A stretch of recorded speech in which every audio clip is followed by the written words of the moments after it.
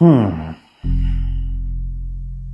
सबसे पहले आप दोनों मुझे ये बताइए कि मैं कौन हूं। जी, माननीय न्यायाधीश, और ये कौन है? मेरा बेटा है अनिकेत। अब आप बताइए कि ये कौन है। जी पिताजी। यानी कि आप दोनों की मानसिक स्थिति बिल्कुल ठीक है। आप दोनों एक दूसरे को बाप बेटा मानकर पहचान रहे हैं। फिर ये क्या है? जी पहले इन्होंने मेरे ऊपर केस किया था, इसलिए जवाब में मुझे भी करना पड़ा। देखिए, मैंने आपको अपने केबिन में इसलिए बुलाया है कि कहीं कल केस शुरू होने के बाद आपकी जग हंसाई ना हो। क्या कहेंगे लोग जब उन्हें पता लगेगा कि एक बाप ने अपने बेटे से 1000 रुपए महीना खर्चा मांगा है और इसके लिए वो उसे कोर्ट तक घसीट रहा है। घसीटना पड़ा सर। अब चाहे जगह सही हो चाहे कुछ, मुझे 1000 रुपये महीना इससे चाहिए ही चाहिए। और वो भी एक किश्त में नहीं, 500 रुपये करके हर 15 दिन में। देखा सर आपने, बात 1000 रुपए की नहीं है, बात है इनकी जिद की। पता नहीं क्यों ये मेरी और मेरी पत्नी की खुशियों के पीछे पड़े हुए हैं। 5 साल हो गए हम अलग हुए, फिर भी ये पीछा नहीं छोड़ रहे हमारा। अच्छा, इसका मतलब है कि ये तुम्हारे साथ नहीं रहते, अलग रहते? जी सर, मैं अपने पुराने फ्लैट में अकेला रहता हूँ और कुछ समय पहले इसने अपना घर बनाया था, तो अपना परिवार लेके ये वहां शिफ्ट हो गया। और 1000 रुपए से आपका घर खर्च चल जाएगा? जी, 22,000 रुपये मेरी पेंशन भी आती है।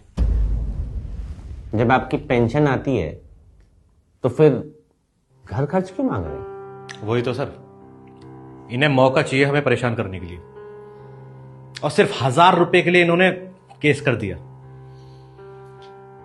वरना क्या कमी है इनके पास? खुद का फ्लैट है, गाड़ी है, नौकर है। नौकर नहीं है। 5 महीने पहले नौकर काम छोड़ के चला गया। कभी तूने मेरी खबर ली हो तो पता चले ना। तो क्या हो गया, 8-10 हजार रुपए में नौकर मिल जाएंगे और फिर भी इनके पास घर खर्च के लिए बहुत पैसे बचेंगे। तू कुछ भी कहता रहे, मैं तेरा बाप हूं। मुझे 1000 रुपये महीना चाहिए तो चाहिए, वो भी 500 रुपए करके महीने में 2 बार। अब तू इसे अपना फर्ज समझ या मेरा कर्ज। देखिए धीरज जी, आप रोइए मत। और ये क्या फालतू की जिद पकड़ी है आपने?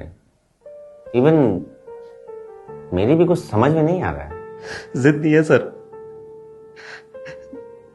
बाप होने का हक मांग रहा हूं मैं अपने औलाद से। कम से कम महीने में जब ये 2 बार मुझे पैसे देने आएगा तो जी भर के इसे देख तो सकूंगा। इकलौती औलाद है सर ये मेरी। 5 साल में 5 बार भी नहीं देखा मैंने इसे। जब से ये अपनी बीवी और बच्चों को लेकर दूसरे फ्लैट में शिफ्ट हुआ है, एक बार भी नहीं पलटा। शायद ही भूल गया कि इसका एक बूढ़ा बाप भी जिंदा है।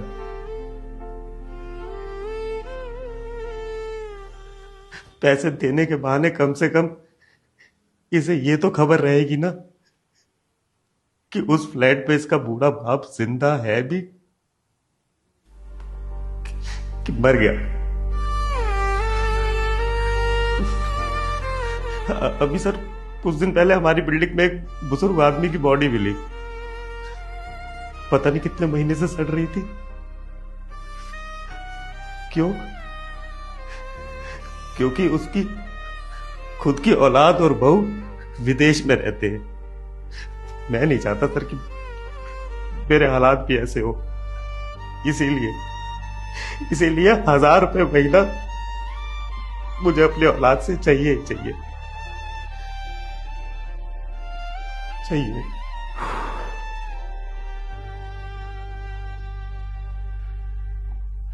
अब शर्म से आंखें क्यों नीची कर ली? चुल्लू भर पानी में डूब मरना चाहिए तुम्हें।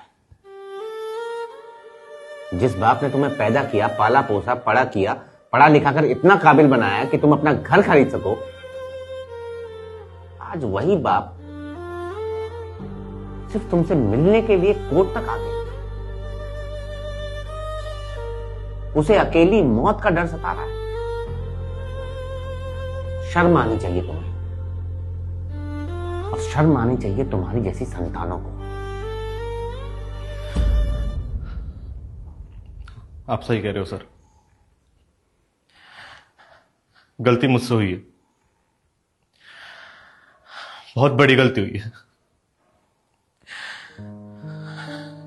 पिताजी, हो सके तो मुझे माफ करना, मैं सब सही कर दूंगा। सर, हमें कोई केस नहीं करना, हम चलते हैं सर। चलिए पिताजी।